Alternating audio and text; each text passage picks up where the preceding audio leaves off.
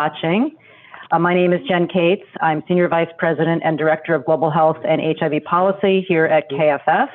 I want to welcome you to KFF for this timely and important discussion convened today by UNAIDS and PEPFAR. It is, of course, taking place during the spring meetings of the World Bank and the IMF and focused on a critical concept or topic, the triple dividend, health, social, and economic gains from financing the HIV response in Africa. I also want to make a special notice that this is our very first public event that we're having in our building since before the pandemic. So welcome. We're really thrilled to host events again and be back in business, and also that this is the first one since the issue we're discussing today and the general topic of HIV is so near and dear to our hearts and an issue that we've worked on at KFF for several decades. So we're glad that this became the first event, and we look forward to many more. Indeed, this discussion will focus on how investments in HIV have positive spillover effects in other health and non-health areas, with discussion by an esteemed panel and some new research, and I'll introduce them in just a minute. This is such an important question, that of the dividends or the spillover effects of HIV investments, or more generally of vertical disease program investments into other areas, because as some of us who've been doing this work for a long time remember, and maybe some of it was a long time ago that these arguments were made and some was not that long, there was a concern or an argument made that funding vertical programs, funding HIV programs would crowd out other areas, would de-emphasize non-HIV areas, and actually contribute to worse health outcomes. Others said, no, it's the other way around. But of course, we need evidence. We need to be able to show what I think many of us, it felt more intuitively had to be the case, particularly after PEPFAR and the Global Fund were created, since they are such big investments and successful programs. New research that's coming out today will talk about this, as well as our work at KFF that we've done with partners at Brandeis University. We looked at this very question, and in our analyses, we not only found that there were no negative impacts, we found positive ones, that is positive spillover effects of PEPFAR investments. Specifically, we looked at PEPFAR's association and found positive associations between PEPFAR and decreases in all-cause mortality, in child mortality, in maternal mortality, and way beyond and at magnitudes that are much more than just HIV. So it was very clear that there were much bigger effects from these HIV investments. We also found increases in childhood immunizations, GDP growth rates, and better educational outcomes, all very significantly and positively associated with PEPFAR. These were strong results, and they persisted across many different models of our analyses. So I think it's important to remember, too, that this is ultimately about people, about saving lives and creating the conditions that increase the quality of life for the many people we're trying to reach and others in the countries in which HIV programs operate. This is what we're going to discuss today, why this is, what it means, and where does this information go from here. To do so, we have an excellent panel that I have the pleasure of moderating. I'm going to ask them to join me on the stage, and magically this is going to switch perfectly over. So I'm inviting the panel up, and when they sit, I will introduce them. This very rich topic, we don't have a lot of time to discuss it. So I'm going to be having a discussion with our panelists, and then we will move, if people have questions directly, we'll take some, but we'll move into the presentation of some new data, and then we will have time for questions from the audience, from media, from others who are here. So let me introduce who we have, and then we'll get right to our discussion. I'm very pleased to introduce Winnie Byanyima, the Executive Director of UNAIDS, everyone here is very, very busy this week, so we really appreciate you being here. Ambassador Johnny Kengasong, the U.S. Global AIDS Coordinator and Special Representative for Health Diplomacy, PEPFAR. Minister Mutule Ncube, the Minister of Finance for Zimbabwe. And Alan Maleche, the Executive Director of Kenya Legal and Ethical Issues Network on HIV and AIDS, or KELAN, as many of us know. So a great group of different perspectives to talk about this. I'm going to start with Winnie because not only is she represented, she's from UNAIDS, but UNAIDS is releasing an important new report today, and it's called the Triple Dividend. And I love that title, by the way. So whoever thought of it, I think it's great. Can you explain this concept to the audience, and what is it trying to say, and why is it important? And then a follow-up, why it seems obvious when you look at the data, so why is it a hard concept to convey to politicians and others? Mm-hmm. Thank you very much. And I'm delighted to be here and to join this very distinguished panel. First, triple dividend. The health, social, and economic, that's three. Gains from financing the HIV response. Why are we raising it now? It's not new. Like you've said, you've done excellent work on this before. We are raising it now because the world is in a very, very difficult fiscal context that we are seeing in the countries, particularly in the countries with the highest burden of HIV, very difficult choices in a context where they are highly indebted. The debt servicing burden is swallowing up the investments that they would be making in health, in education, in social protection, in all the areas where people's lives people have needs. I want to give you some data to demonstrate just how serious this fiscal squeeze is in the countries with the highest burden. In last year, Kenya spent 53% of its total revenue on debt servicing. That was 9 times higher than they are spending on health, 9 times higher. In Malawi, 70% total revenue spent on paying the interest on the debt. In Zambia, 70% total expenditure also on debt servicing, 9 times more than was spent on health, 7 times more than was spent on education. Those are the hard choices that first countries have to choose between saving lives, putting kids in school, giving social protection, but they must pay back that debt. They must do the debt servicing. So all these other sectors are being crowded out. In this context, that is why we raise the triple dividend. We want to show governments that, by the way, investing in HIV isn't just a social spend. It is, yes, an investment in saving lives, but it's also an investment that gives you social outcomes, such as in our study, you will hear the report, but we show that this investment doesn't only help you to fight this pandemic that's been there for 40 years, but it helps you to be prepared for the next one.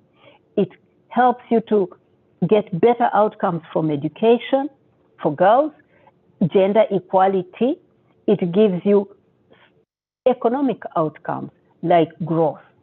We know, for example, in our study that for a country like South Africa, fully funding the HIV response to the level that is planned would raise their GDP by 2.8% in a context where now we are in slower growth. So we're talking about both the economic benefits, and we want this investment not to be seen as merely a small investment that can wait, because it's an investment in very vulnerable people, but that it is also an investment in the growth, overall growth, and in education and all these other things. That is why we are launching this report that you're going to hear more about. It's the right moment now to remind governments, international institutions like the World Bank and the IMF that you can't park a disease like HIV because the spillovers are huge and they help you to do the economic recovery that you're focused on. Thank you. I have a follow-up for you, which is... Oh, why they don't get it? That is it. Because we are siloed. Because, fortunately, we have somebody here like Professor Nchube. He's a professor of economics, but understands health as well. But so many times, our governments do not get the multi-sectoral approach that we have practiced in HIV. They run ministries of finance separately from ministries of health and education. They see these as social and they as economic and financial planners, and continue to discuss health as social, as welfare, in fact. This is why. And even at the global level, it's the same. The people who speak finance do not know much about the health world, do not see people, but see figures of growth. We need to bring these two together. I'm from the United Nations, but our voice here is small. We talk the social sectors, they talk finance, but we need to bring these two together. That's why we are fighting on this question of don't impose austerity, find ways to finance, solve the problem of the international financial system that's not allowing these governments to borrow and to solve their problems, but don't find the solution in cutting spend on people's lives. So it's the division, it's the way governments function and international bodies work of the economy from the social sector. That's how I see it. Thank you. Ambassador Nkengasong, you've been talking increasingly about this idea as well, that there are positive spillover effects of PEPFAR investments in particular. One of the questions we have gotten from the work that we've done and others is, so what are the pathways? What are the ways in which PEPFAR invests that have these effects? And I think this is, we know it's so important right now because of all the conversations on pandemic preparedness. They're very connected. So can you talk a little bit about how you see it, your vantage point, the role of PEPFAR in this regard? Thank you, Jen. When I just came in as the PEPFAR coordinator, one of my top priority was to dig into the data and see what else PEPFAR has done besides just saving lives, the economic and developmental impact. And I remember Mike Grosvenor is here, sitting in my office, and I said, Mike, you have to look at the data and tell me what. Then I turned around and met you, remember, and I said, James, have you done anything on this? You just sent me a series of slides. That showed exactly what I was looking for, the increase in childhood survival, immunization, education, and overall cause of death mortality. That was excellent. I think I've been using those, your slides everywhere, including sharing them with senators that we were together in South Africa. But let me pause, first of all, to say that this is the year for all of us to continue to acknowledge and celebrate 20 years of extraordinary success of PEPFAR, and also recognize the multiple parents that own PEPFAR. I think PEPFAR would never have had that amount of success without a lot of, there's a saying that success has many parents, and rightfully so. I look at the room and I see so many parents of PEPFAR. And the more we discuss reauthorization of PEPFAR, the more I see many parents of PEPFAR there. So I think we should be very proud of that. We should be very proud of it. It is because of that kind of support, devotion, and commitment that PEPFAR continue to be funded and has been funded in the past. I use that segue to say that instead of having a conversation about verticalism versus horizontalism, about, it's only vertical programs, we should highlight those results that were done in an independent manner, addressing the health, social, and economic impact of what I call the spillover effect of PEPFAR's investment, which were done in a completely independent manner. We, the collective, we are struggling to make a case that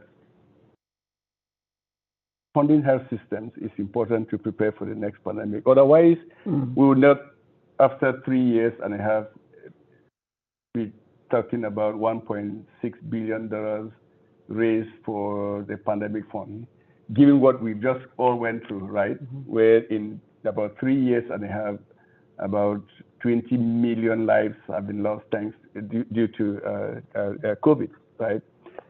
So it begs the question, how many more lives can an outbreak cost before we actually stand up and say, well, we've invested $14 trillion since this pandemic started, the pandemic started, as part of economic stimulus packages and part of other things, but we failed to find $10 billion for the first year to prepare ourselves for the next pandemic. And there's all evidence that is suggesting that Ebola in 2014 was a wake-up call, that something big was going to come, that something big came in 2019, and that COVID might as well be a signal that something bigger is going to come in future. So let me go back to HIV. Professor Ntube, as the finance minister, I'm very pleased that you're here because to look into the future, we must look behind. Before PEPFAR and Global Fund, life expectancy in your country, Zimbabwe, had fallen by more than 30 years. Wow. By more than 30 years. And in many other countries in Southern Africa. As an economist or finance minister, he speaks to those, all the triple dividends that you just mentioned there. If life expectancy had dropped that much, there's no way your economy was going to recover. The other thing I'll remind you as a representative of ministers of finance is that HIV/AIDS is not over. We should be very careful that we do not become vulnerable to the success of our own efforts. The vulnerability is that the face of HIV/AIDS has changed significantly, that it becomes very difficult to go to a minister of finance and say, look, I need additional resources to fight HIV/AIDS. He's looking around and he says, where is the HIV/AIDS? The ugly face of HIV/AIDS is gone. We were in Kenya recently and met with the head of the National AIDS Control Program, and she said, I went to Parliament and to ask for more resources, domestic resources, and they said, well, we thought HIV/AIDS was over. So if that is the mindset, then you can imagine how difficult it is to come to the Minister of Finance and say, you need a little bit of money to fight HIV/AIDS because it is both a health issue, a social issue, and a developmental issue. Let me just end my comments here by saying that we have to be smart in the way we look at our vertical programs and not continue to create a divide between a vertical program and preparedness. By effectively using resources in fighting HIV/AIDS and bringing it to an end by the year 2030, we are preparing for the next pandemic. We have substantial evidence that shows that it is thanks to the investment that PEPFAR, Global Fund, and others invested, especially in Sub-Saharan Africa, that they were able to respond very effectively to COVID in terms of expanding testing, infection prevention control, rolling out vaccination, and others. So I think rather than discuss HIV/AIDS response in the light of a vertical program, we should see that as an opportunity to create platforms that will serve us better. I will submit that one of the challenges we are having with the pandemic fund is that of measurability. So if I give you $10 billion, what am I expecting you to do with $10 billion? What is this health system that you are strengthening that is different from what Global Fund and PEPFAR and others are doing there? So we just need to be smarter in that space as we go to the ministers of finance to ask for help. Thank you. Minister Ntube, you are, for better or for worse, you're here representing finance ministers, and you obviously, I know from your work and your background that you understand this connection.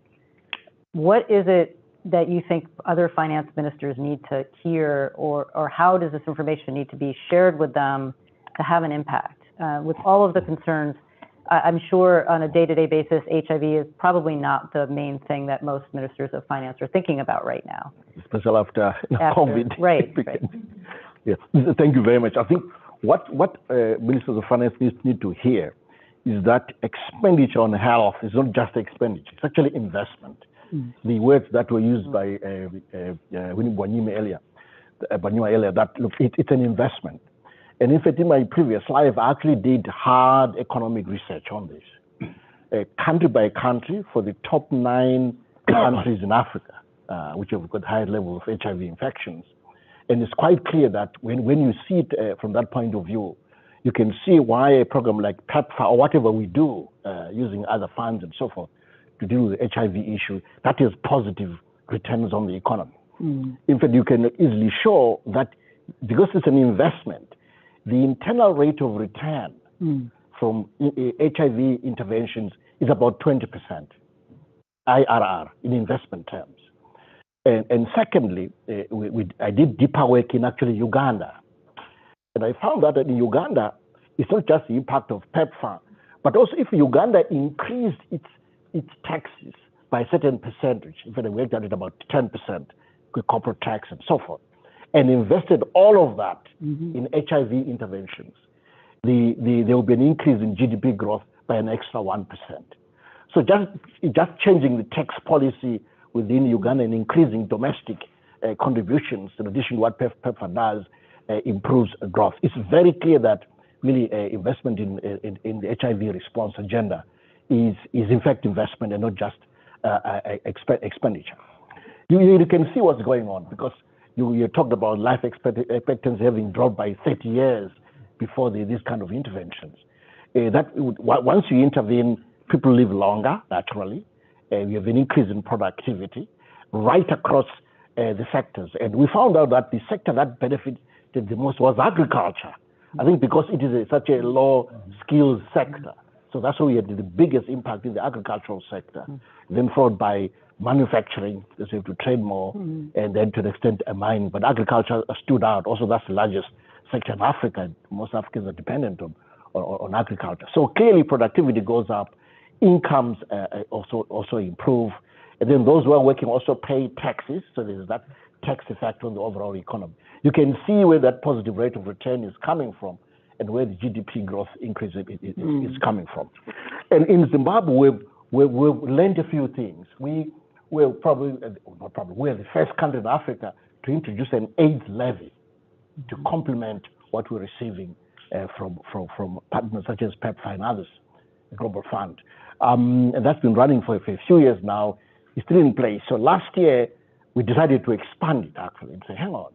So what we've learned is that HIV comes with other comorbidities, cardiovascular issues, cancer, and so forth. Why don't we introduce a cancer fund? Initially, it was a cancer fund. So after a couple of weeks of deliberations, this was just before the budget, so you know what, no. Let's make it an NCD fund, so it is broader. But where will the sources come from?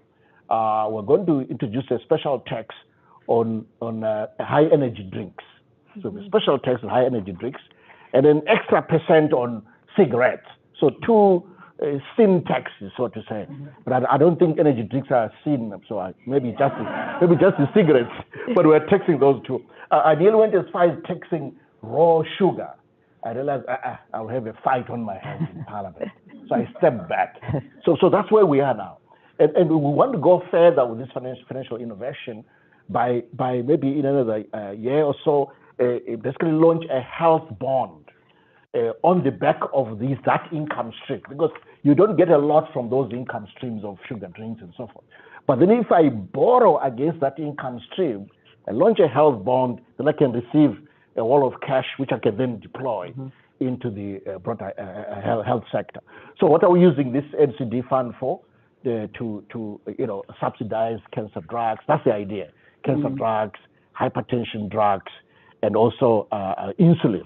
Subsidize also insulin, and also contribute to developing insulin drugs locally. So we're learning a lot from the HIV intervention agenda into the broader health agenda. But there's no qualms about it that really, at the end of the day, expenditure on health is investment. There's a positive economic rate of return from it. There's data to show it. Thank you. Thank you. Alan, you've been fighting this battle for a long time and arguing for more investments and using different arguments based on the data to make that case.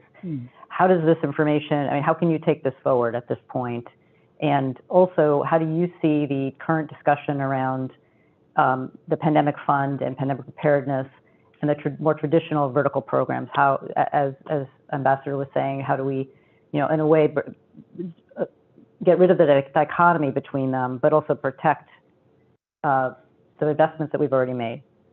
Thanks for having me. And just to build up, I'm not an economist. I only know about human rights. I approach issues from that lens, that human beings are entitled to certain things, and one of the things they're entitled to is the right to health. And so how I'd approach this conversation is that, yes, we have seen the importance of investing in the HIV response for more than 3 decades. I start from a personal perspective, where I work closely with people who are living with HIV. I have seen them on their deathbed, so to speak, but now I see many active men, women who are paying taxes, running organizations. And so indeed, the statement that investing in health is a good step to take and it's not a waste of resources could definitely be demonstrated by the number of people living with HIV who are in leadership roles, who have made changes in life. So I think that's the starting point, and we need to put a human face to the conversation that we are having, that indeed ensuring people not only have ARVs, but they are protected from stigmatizing laws, they are getting good quality health care is critically important. I think what I take home from this is what Winnie also said. She speaks of a multisectoral approach. I speak of a rights-based approach, where you're looking at a person holistically. They need food, they need water, they need housing, they need education in addition to medical treatment. And also from the context of medical treatment, I want us to also remember there's a preventive aspect to things, because we hang a lot more on the curative aspect and spend less time on the preventive aspect. And actually for the economists, prevention would be better for you because you'd get to spend less on the part of the curative, but most people focus more. If you look at the PEPFAR budget, if you look at the Global Fund budget, it's all going towards buying commodities, and we're spending less around how do we get less people to get infected. It's important to keep people on treatment because that's inevitable. And so how do we frame our conversation from a rights-based approach, that how are all the investments adding up? An investment to the food sector is also an investment to the HIV or health sector. An investment in the education sector means you've got more educated people, they'll understand policies better, they may have better behavioral change. So I think we need to see how does government, how does civil society, how do partners in the private sector move away from a siloed approach and work in a way that is harmonized and in a way where we are building on each other's resources. I know this is not a popular argument, but I am a big fan of paying taxes, so long as the taxes do the job that they need to do. I'm a big fan of PEPFAR, Global Fund Saving Lives, but I also want to see that the money is actually going to the grassroots, to the actual interventions that needs to be able to have effect. And so my take-home point would be, we really need to think through why should we not take into account the lessons we're learning from the HIV response, that don't take things from a siloed approach, take things from a holistic approach. And that's why I find the argument that health will swallow HIV to be defeatist, because it's HIV that has helped the health response understand how do you involve the community, how do you deal with laws and policies, how do you interest judges and lawyers on HIV and health issues. And I think if we take a step back, whether we are dealing with NCDs, whether we are dealing with preventive, whether we are dealing with UHC, and think through what can we learn from the HIV response, then you will appreciate why it's important. I think my plea, given that this is the week of Minister of Finances, who are the most important in any government, next to the ones to the security, I think my plea to the Minister of Finances who are gathered here is that you need to create an enabling environment where we are seeing more money going into the national budget, whether it's money going to health, whether it's money going to education. How is all this money trying to make a citizen to be more holistic and to have an environment to thrive? Because my experience, at least from Kenya, is that when you give human beings an environment to thrive and compete fairly, they'll definitely step up to the game. But when there are things hindering them, they don't have clean water, they can't access their ARVs, they're falling sick to simple diseases that could be prevented, that slows them down, and that then makes your cost more, because they're in your hospitals, They're not being productive. So I would urge the ministers of health who are coming over this week for the IMF spring conversations to look at it from a holistic approach. Kate, one last thing, which again we need a big champion of. As we're speaking in this report about Africa, the statistics Winnie shared around debt are not a joke. I read the news that civil servants in Kenya missed their pay over Easter because we have to prioritize paying certain debts that the government has gotten into for infrastructure building. So I think there needs to be an honest conversation between what they call the Bretton Woods institutions, China, and other people who loan Africa to look at how can we look at this debt issue and how do we address it. But also looking at the debt issue, we also need to look at the equity of access to medicines. There's a challenge around the laws and policies that operate globally on where we buy medicines, how we access technologies. That is also a barrier for Africa because you end up investing more to bypass certain patents, certain treaties in order to get cheaper medicines and drugs. I think if we start having honest conversations on how to remove these roadblocks and see where we balance the trade-offs for the good of human beings, I think would be in a better place as the world and meet our targets by 2030, as seen in the SDGs. Thanks. Thank you. We are actually right up against the edge of our time because the report itself will present some data that I think everyone wants to hear. But I do have one quick, if we can just get a quick response to something Alan said that I wanted to ask each of you to reflect on. Some have worried that by focusing on these broader impacts of HIV investments, we might run the risk of diminishing the focus on HIV. Do you think that is a risk, or how is the investments in HIV protected while this broadening and the end of the silos conversation is brought forward? Any one of you can share your thoughts on that. For me, I think that is, again, a false problem. HIV has always had these multiple benefits. And HIV has always been approached with a multi-sectoral approach. Those who have been successful were able to bring the whole of government and the whole of society together to fight HIV, from faith communities to other civil society, from ministries of health, social protection, education, all coming together to address this. And the outcomes have always been across sectors. I think that there isn't a risk of losing the HIV battle by bringing more actors in. The key thing is to bring actors to be focused together on solving the HIV problem while they are also achieving other outcomes. I think I would just agree with that as well. That I'm not a pandemic historian, but I'm sure there are people that will write history of HIV, and I'm curious to read a chapter that says HIV taught us the whole of government and the whole of society in fighting a given disease, and that the lessons that HIV taught us are essentially, I would say mostly, the lessons that we have used in fighting this the COVID pandemic. So I don't see a dichotomy in that. But also, I mean, there is what you call a duty of rescue, isn't it? Which is that we have a duty as government, as the global community, to keep people alive. In the sense that they need these drugs to be kept alive. So we have an obligation to continue financing the AIDS response agenda, both using domestic resources. As I said earlier, in Zimbabwe, we've got this AIDS levy. We'll never remove it.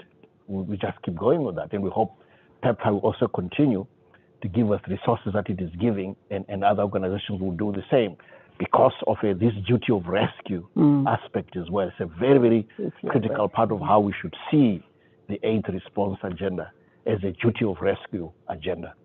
Winnie and I are writing that down right now. Any last comment? I think the rescue for the economist translates to the right to life for the human rights lawyer, that you have to keep people alive.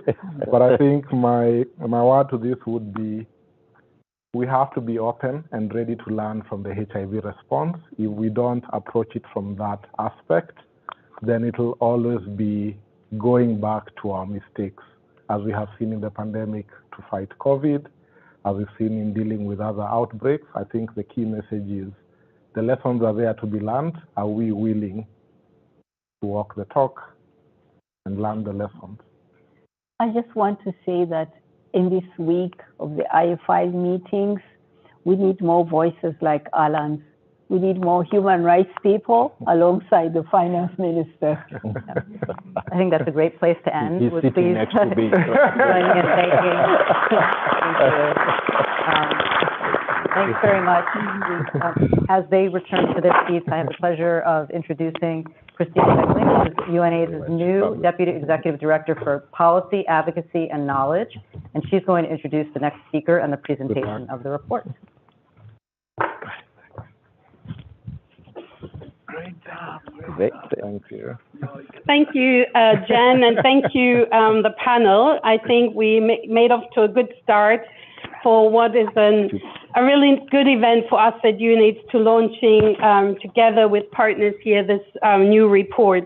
I was particularly encouraged to hear the minister talk about the fact that politicians need to hear that expenditure in health needs to be seen as an investment. And it really reminded me of my early days as an AIDS activist in Botswana, with my then president, Festus Mogae, really saw the AIDS problem as from an economist point of view. And as you all know, if you know Mogae, he is an economist. And for him, it was really a question of what am I going to do in a country at the time of 1.5 million people and a prevalence rate of something horrendous, almost 40%, knowing that his economy in his country was going to collapse if he wasn't going to make the right investment. And I'm really delighted to see in our report that we're launching today that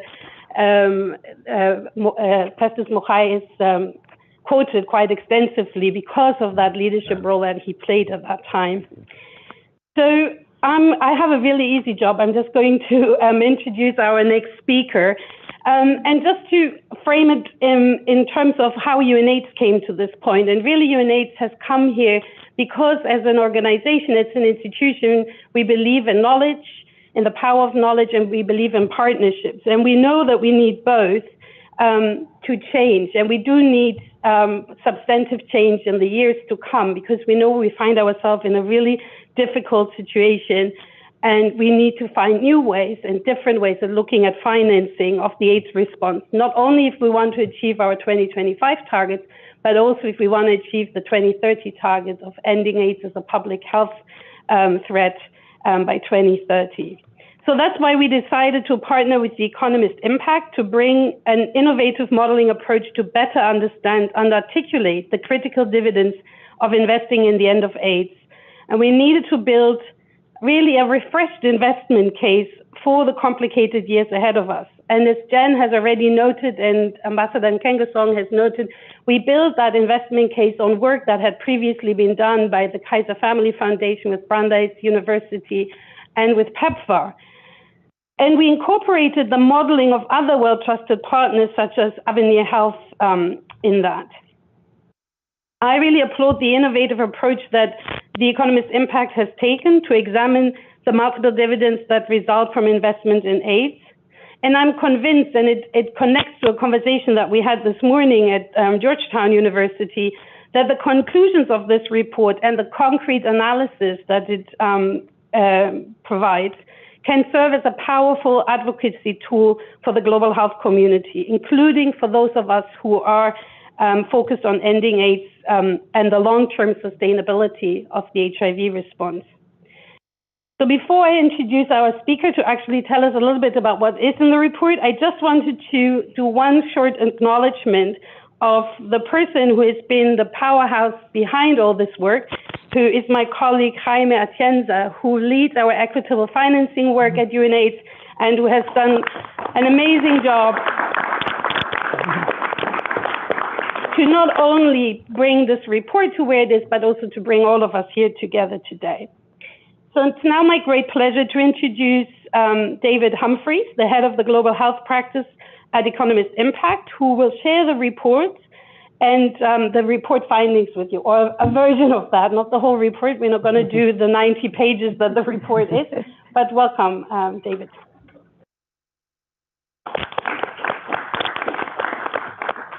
All right, thank you for the introduction and for KFF and organizing this wonderful forum. I get a chance to participate, thankfully in person in many of these type of forums, and we talk about connecting the dots and having a collective voice and pushing what we need to be able to do in the future. These can be one of those forums that we can be able to take all the collective knowledge and hearing the panel. I'd love to be able to have them come back up in here again and continue to tell the stories that we've heard and connecting those pieces that go beyond even the triple dividend. But I would make the argument that the dividend is within ends, that it continues to pay today, tomorrow, and well into the future. So I have the great pleasure of presenting the results we've launched here today. For those that don't know Economist Impact, you may have heard of a sister organization of The Economist magazine that we're part of the Economist Group.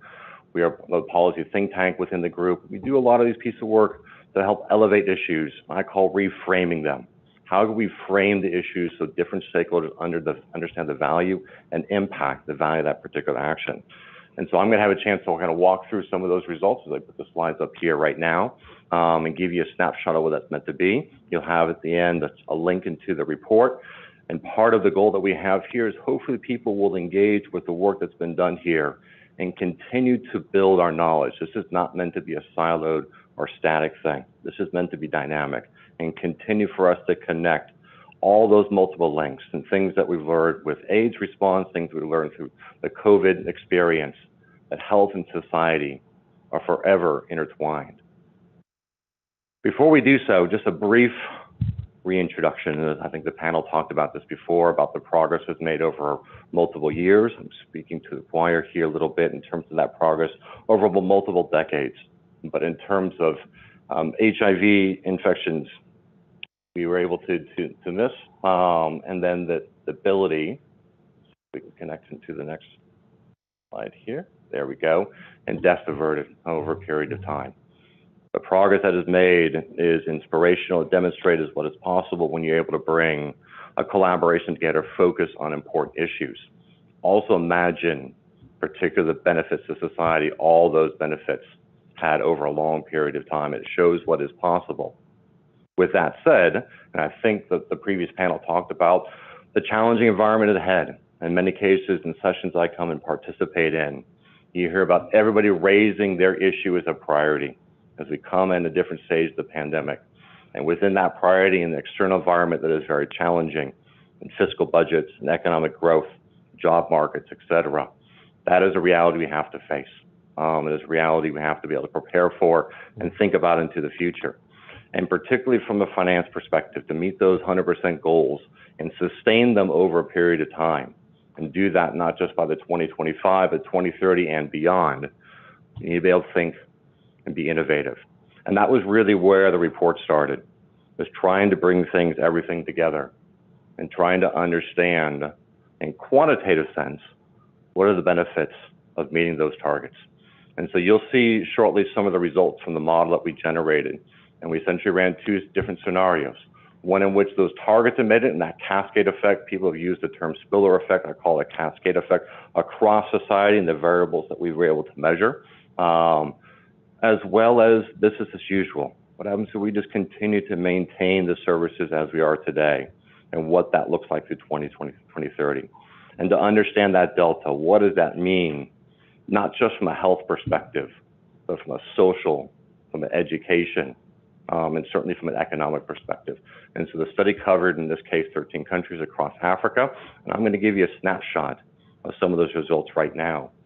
As we do so, and again, all the information is available. It's usually the moment when cell phones pop up and people take pictures of the slides. It's all available within the report, and so certainly engage within there. This gives you a sense of that connection within the model. We think it's rather unique and be able to go beyond just the health and economic aspect. We're also looking at social aspects, so starting with those health outcomes, both in terms of reduced HIV infections and reduced related deaths, and what that means, 3.7 million reduced infections over a period of 8 years. What does that mean in its impact in society? The things that we can measure, because I know they're very much interrelated. And so you start to get into a human capital pathway model and trying to understand what does it mean from demographics? What does it mean in terms of workforce? What does it mean in terms of education attainment? And what does it mean from an economic perspective? And so all the variables that you see below is that perspective, that delta, what we're able to gain between 2020 and 2030, and the difference between doing something, what we call that business as usual. And it's really important to understand that triple dividend that was mentioned before. So I want to do a deeper dive into some of the variables so you can understand both the type of data that's available and how we build that story. And I would argue this dividend touches many parts of society. The first, the simple demographic one. What you see here is looking at the percentage across the different countries of 15 to 19 young women and adolescent girls and their representation in terms of the demographic across the countries and the ability to avert future HIV infections. And for me, this is an important area because it also speaks to equity. And you can see in a country like South Africa, while it's 5% of the population, 15% of those infections that were averted. And so when you think about the impact that it has, particularly in populations that are most burdened by this, it is really quite compelling. Taking the demographic conversation moving forward, you start to see the impact on the overall population. Let's take a snapshot of South Africa, a number of people, I think 2.6 million, that were gained over a period of time. Look at the workforce here, between 30 and 64, the amount of people that through the ability to meet those goals from a financing perspective and averting those improving health outcomes, the benefit that it has from a demographic perspective. The next piece starts to connect in terms of educational attainment. And what you see here is that delta between the business as usual and meeting those goals of 100% financing. And the ability to see, in this case, nearly 200,000 people by 2030 in the educational system. And the top two countries on the list, 400,000 overall. And the impact that has, and it's even more important, you think about what are those benefits for decades to come of those people being in the education system and what they're able to bring to economies and to society. This is really very, very impactful. The last piece is in terms of economic piece. That 22 billion mentioned earlier, simply an economic growth perspective. And I think the executive director mentioned this, the statistic, particularly from South Africa, 2.8% additional growth that comes from this. And some of the other panelists also mentioned the cascade effect of the benefits in terms of tax revenue, in terms of jobs, et cetera, that has a positive impact, not just within economies, but from society. And through these four different elements, things that you can quantify and look at, and organizations and ministries that are focused on driving economic growth and driving educational attainment and driving the issue of equity, it demonstrates, in this case, interventions, particularly HIV and investment in meeting those targets, has a multitude effect. And that's why I mentioned before, while triple is a nice phrase, it actually has much more effects over a generation within these countries that we covered. Now, I do want to leave you a little bit in conclusions here, something that we took not just through the model experience that we generated, but also through the multitude of experts that we are connected with. And there's two areas in terms of financing as well as how we use that investment. And these are areas that you heard the panel talk about before in terms of new innovative models and new revenue sources and seeing the benefits that those have and not seeing them just necessarily in silos. Thinking about dedicating particular investment areas and seeing that, make sure that is dedicated to the response in AIDS, as well as understanding how do we think about new innovative models, and those models that we haven't even considered from a multitude of sources, because it is something that we're going to have to do over time. The last piece I would mention is not just about the finances, how that money is used and where it's invested. And some of the things you see here are standard responses and integrating within primary health care and infrastructure and thinking about not just response to health, but well-being management over a period of time. The other piece that I would be able to mention here and was something that was brought up last week for those that attended the World Vaccine Congress, the importance of community-based response and everything that we do, particularly in driving equity. and making sure that is a particular priority. So like I said, the information is all available through the report, which launched here today. And again, part of my hope is not only the people here and others are able to engage, but build upon the knowledge that we're able to generate here. This is not meant to be a siloed, one-time type of thing. The knowledge was already generated by the studies mentioned by KFF, allows us to continue to understand and make the arguments of why this is important. And this is the last message I will mention to you. We've talked about the benefits of investment. There is a mirror image to that, and I would call the cost of inaction. For the cost of inaction, that business as usual has a multitude of costs that are also very relevant and difficult to measure. And part of the argument is, in the pandemic response and being prepared for the next pandemic, is it will cost us more if we do it in a haphazard way. It will cost us more in health expenditures. It will cost us more in labor. It will cost us more in GDP. And so that investment lens, we need to continue to shift how we see investment, particularly in the world of health, and how others see this as an intervention, not just in health, but across society. So thank you again for the opportunity to present the results. I want to thank the team at UNAIDS for their support in this endeavor. I look forward to hearing any questions you may have, and more importantly, a chance to be able to engage with the study itself. Thank you.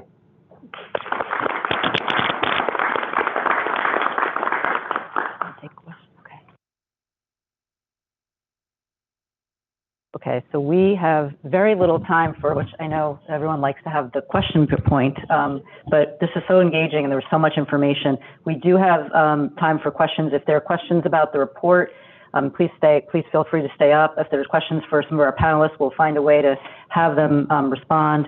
Why don't we see if there's 2 or 3 questions, because I know everyone has a very busy schedule and is running out to the next thing. Thank you. Should I stand up? Please, and please let us know who you are. Hello, everyone. My name is Allie Bancroft, and I work for an organization called Health Gap, and we work to advocate for universal access to HIV treatment for everyone. I want to start off with a huge thank you to all of our panelists, to KFF for hosting all of the speakers. Really, the discussion has been so stirring, and the evidence is so powerful, and I feel much more in touch with my passion to fight to address the global funding gap. I have a question for Ambassador Dr. Nkengasong. I'm sure you know that the civil society community and that practitioners are asking for an increase of $750 million for PEPFAR's budget. And I would love to hear what you think you could accomplish with that money. I'm guessing it would likely be in pediatrics or something to advance rights for the LGBTQI community, but I would love to hear more about your vision. So thank you. Why don't we take two other questions, and then we'll go to answers and see where we are at time. Anybody else?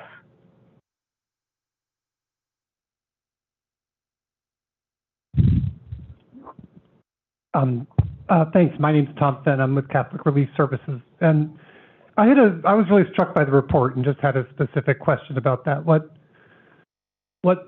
struck me in particular were the differences between the different levels of impact by country, and I don't have an intuitive understanding of why there would be so much more gain in a setting like South Africa and Mozambique than there would be in a setting like Uganda.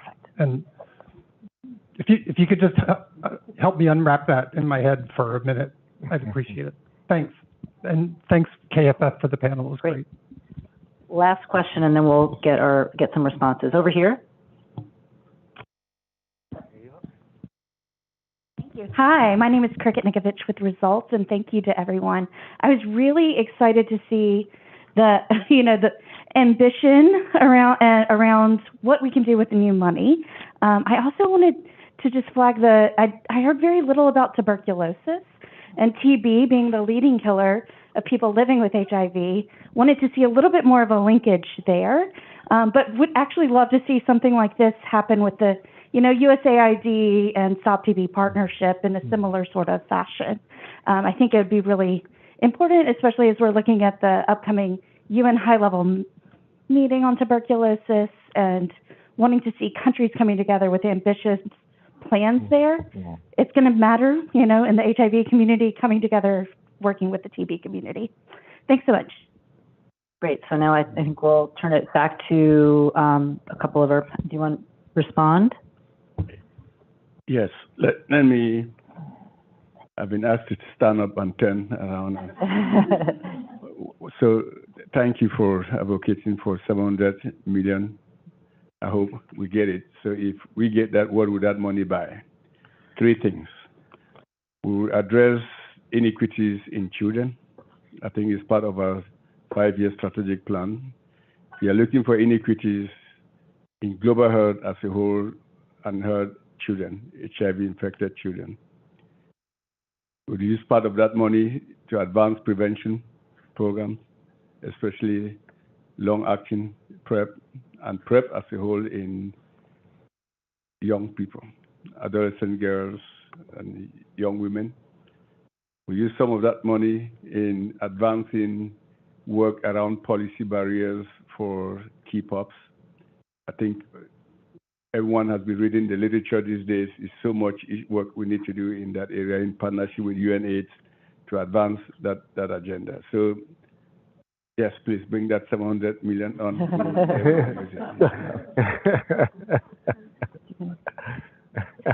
Oh, wait, Winnie might want to say, yeah. I don't have the answer. I think you have the answer, but I want to make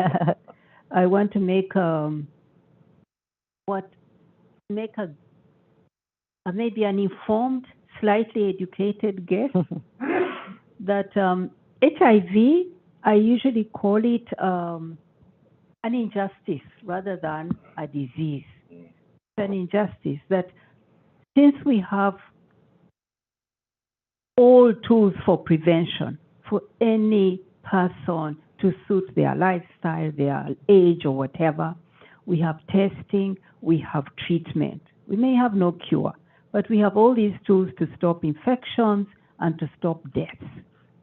But yet, people are newly infected and people are dying. And the reason they die and the reason they are newly infected is to do with the inequalities that they suffer. This is a disease driven by the inequalities in society. So when I saw that data there, what came to mind was that, one, South Africa is, of course, the country with the highest burden, but biggest number of people living with HIV, but it's also one of the most unequal countries in the world. In fact, several Southern African countries make the top 10 list of the most unequal countries in the world, Swaziland and several others. So then I thought about some data that we have. Not enough. We collect, but we are the data source on HIV, but we're trying now to collect more data to tell us, to be more granular about who is being infected, and why. We find, for example, that in Zimbabwe, there is almost, in terms of the number of people who are virally suppressed and the number of people on treatment, the rate of people on treatment, that there is very little difference between the urban poor and the urban well-off. The numbers are almost the same. So you see a kind of equalizing in terms of access. But when you go to South Africa, the same numbers is a wide difference between urban poor and urban well-off in terms of virally suppressed and on treatment. So this tells you something. We've got a story there that we have to fill out with more data about the inequalities that drive new infections and deaths and how to close them. Thank you. I'm just making a guess. I think it was more of an educated insight than a guess there. Just to add on to that, I suspect beyond the country environments being different, it's a product of the state of the input variable, which is really looking at HIV infections and treatment and the burden that exists within the countries, and the difference between the business as usual. And the difference in definitely states, and not every country is the same. And so I'm happy to dive into that a little bit further, and it's actually a good question that we need to continue to understand further. This is not a stopping point, hopefully a starting point, and it gives us an understanding, why is that the situation? How can we improve that environment? So happy to get into the data a little bit more with you, but I think it was better than educated insight. Thank you for that. Great, thank you. We just had a mini conversation over here and decided we could take one more question if there is one more question, and if not, we will thank everyone and probably run to the next meeting. Is there anyone who has another question, please? Okay. Well, then please join me in thanking our panelists and our researchers. And thanks to everyone for being here today, especially since it is our first, as I said, public event. We're back in business. Please come and have your events here. We would love to host more of these kinds of discussions. And thank you to everyone. Thank you. Thank you. Fantastic.